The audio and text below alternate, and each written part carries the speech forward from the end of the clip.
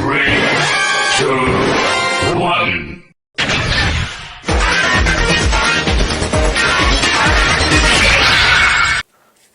What's happening, Toku Nation, and welcome to a brand new video on the Power Rider Astro channel. And today, we're going to be talking about Kamen Rider Den-O, which is probably my second favorite Rider show so far that I watched, of course.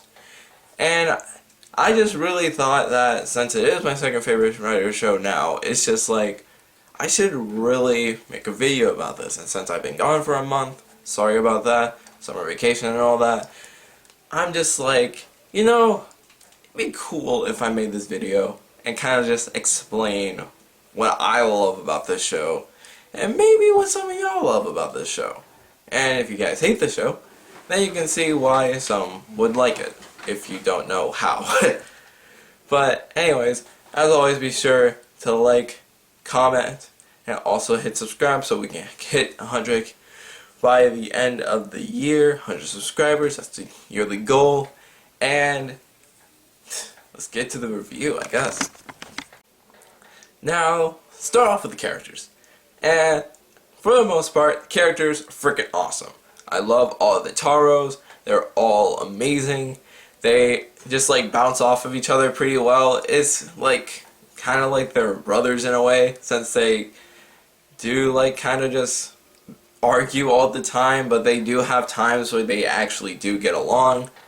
And it's like, okay, crap, should put spoilers in the first, but spoilers for this part and a little about the end of the Den-O for this part. And it's just like in the end where they were all like sacrificing themselves to like let Ryotaro go to the future, when all of the Imagin are just attacking in the past and they're trying to get away. Everybody except for Momotaro's jumps off the train and like just like fights them on their own, and it's just like buying them time to get out of there. And it's just like, thinking about it just hurts.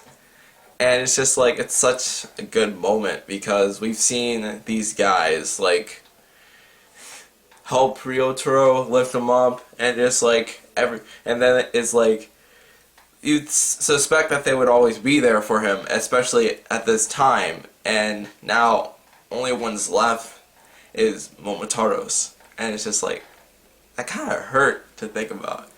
And just like the Taros themselves are just pretty cool individually. Momotaro's is the Red Oni, who is pretty brash and pretty brash and loud.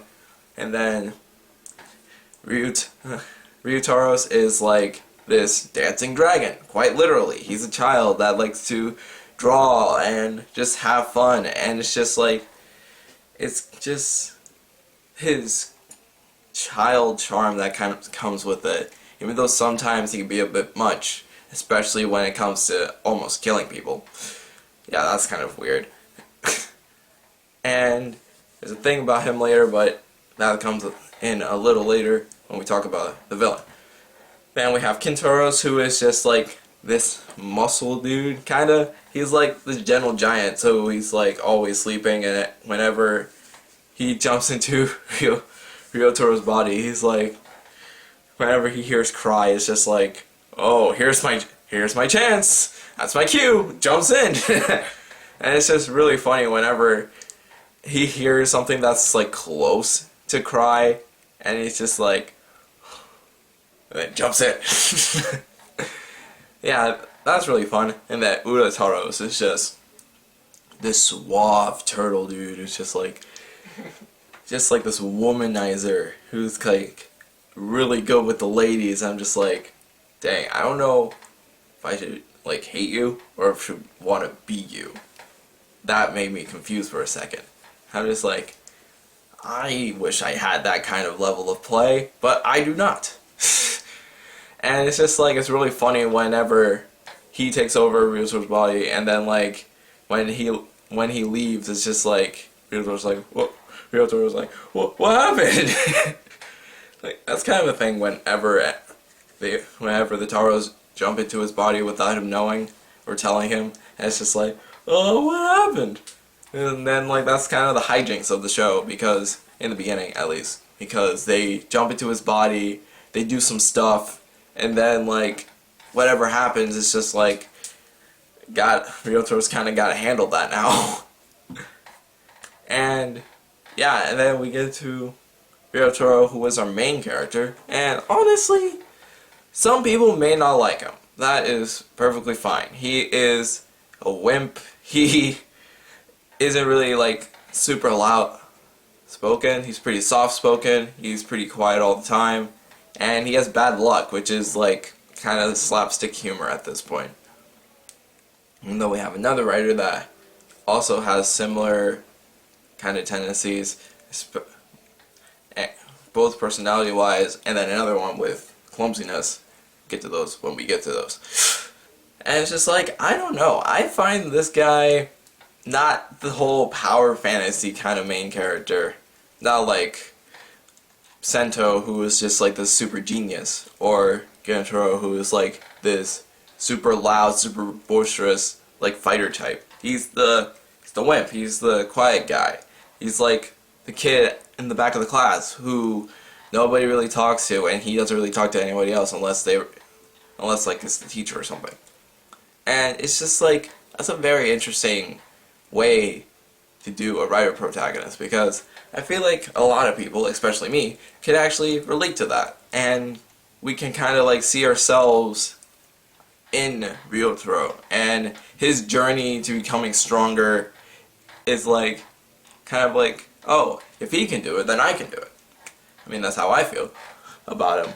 And he's just like, he's so cool when he does fight on his own, especially in liner form, which get to later. And then we get into our supporting cast. Other than the Taros, we have Hana, who is like sort of Ryotaro's kind of like guide into becoming Den-O for a while, since he doesn't know what he's doing. And she's from the future, of course. And she's like from this destroyed timeline and trying to save this one. And like she thought that she was gonna be Den-O, but he is actually, but Ryotaro is now Den-O, so she kind of helps him out. Not even just kind of, she very much helps him out, especially when the Taros are kind of just making shenanigans on the Denliner. And it's just like, it's funny. She's great. She's pretty strong, both figuratively and literally. And just how she has to kind of like feel that her timeline has been lost is just like, wow, that's kind of heavy, you know? Everything you know is gone. And it's just like, ow. I feel for her quite a lot. And then, but the whole thing with Hana and Kohana is just like, actress got overworked, so she stepped off. She stepped off, got a new actress, and then bam. Kid Hana, she's cool. She's cool. She's pretty much Hana if she was smaller. Especially her like behavior towards Momotaros, and it's just like, that's funny. Then we get to Owner, and he's kind of an enigma, basically. He's just like, this guy is like, he knows what to do, basically, I would think, and he just chooses not to tell anyone because they gotta figure it out themselves, because that's how mentorship works. I guess he's a sort of mentor, but like not really, because like Ryotaro kind of has to like learn how to become Den-O sort of on his own, and like he's all right. He's not too much of a hassle to deal with. He has some funny moments, especially when it comes to the rice, and like, yeah, there's not really much to say about him. And then Ari, she's cute. She has her moments when she's making coffee, and then her future lover from the past comes back, and it's just like, it's like ridiculousness from there, and it's just like hilarious. And like, I mean, like, I don't really have too much to say about her, honestly, either. And then we get to Sakurai Yuto himself, who is Kamaru Generos, and he's her future lover from the past, and like his driver is basically erasing him from the timeline, which is weird. In a sort of funny way, it's like, oh, the power you're using to protect everybody else is actually destroying you. And he's just the biggest douche of all time in the beginning.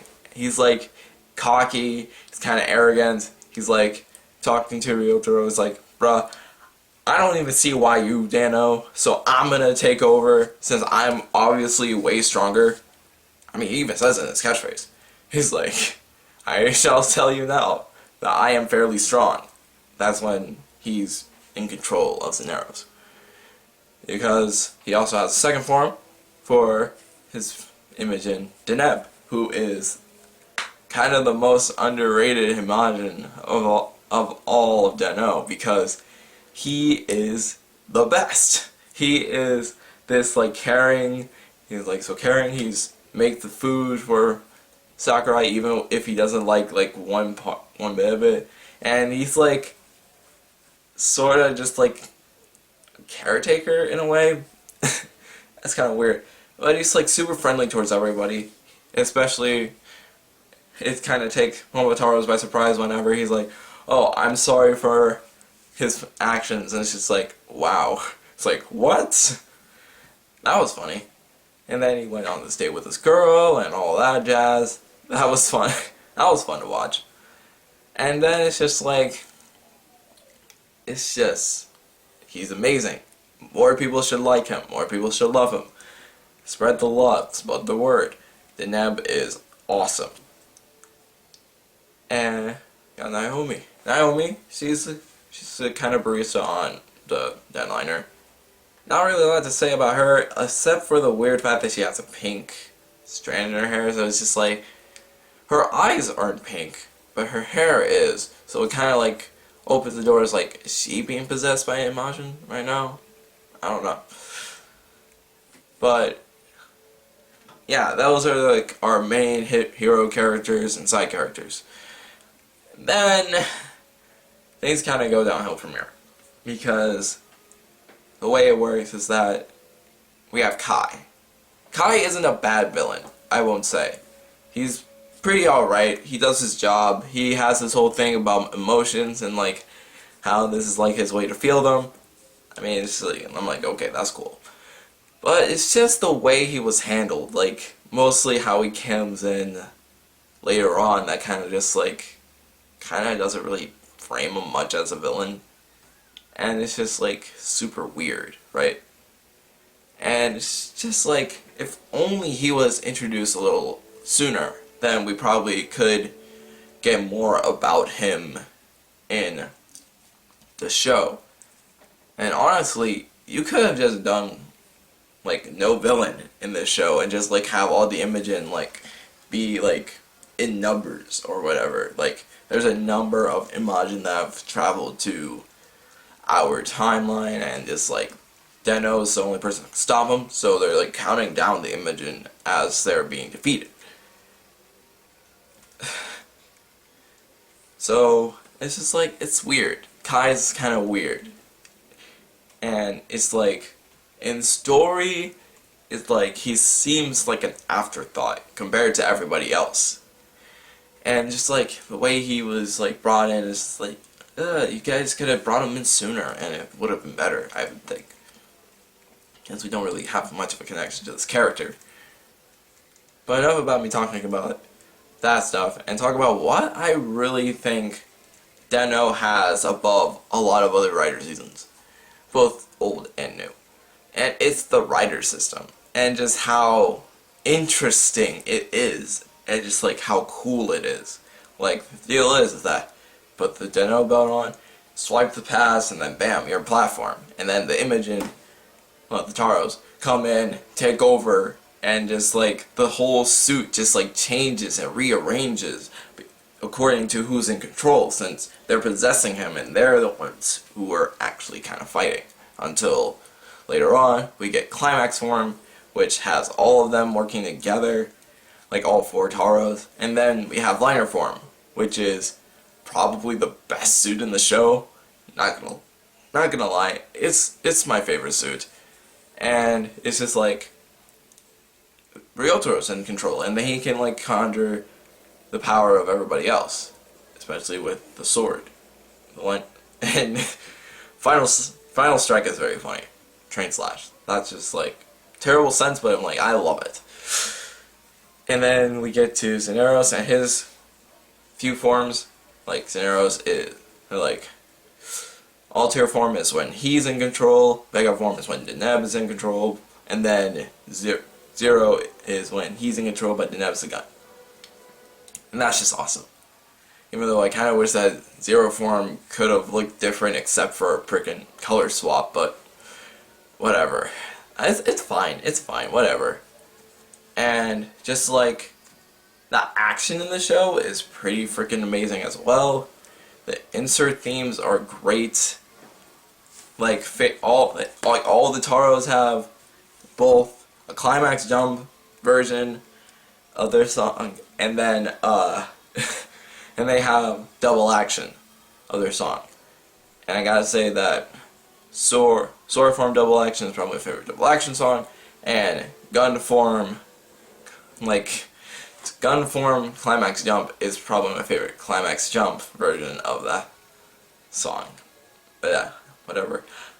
And it's just like, this show is just kind of just super dope. And it's just like, at first I was like, you know, Kai kind of bobs it down quite a lot, since he's not that great of an antagonist. But after thinking about it all this time, and just thinking about all the cool stuff when it comes to the writer stuff, especially with Den-O himself, it's just like, you know, I probably shouldn't hate this show so much. And that developed into it becoming my second favorite Kamen Rider show, which is dope. Because I love Den-O. Den-O is probably second to Fourze, because Fourze is just the best show of all time. Don't at me. But Den-O comes out a pretty close second for me. I don't know why I didn't like it so much at first, but I'm just like, yeah, it's pretty dope. So, what do you guys think? What do you feel about Den-O? Do you like it? Do you hate it? I mean, just drop it in the comments. And also, look out for the next Kamen Rider video. Don't know which Kamen Rider video it will be yet, but maybe probably going to talk about Gaim or like Kuga or whatever. And if you guys want me to watch another Kamen Rider series, down in the comments, also leave that down there too. Also recommend any Sentai or Ultra or any other Toku thing you want me to watch and review, and I will do it. I don't really have much of a plan here.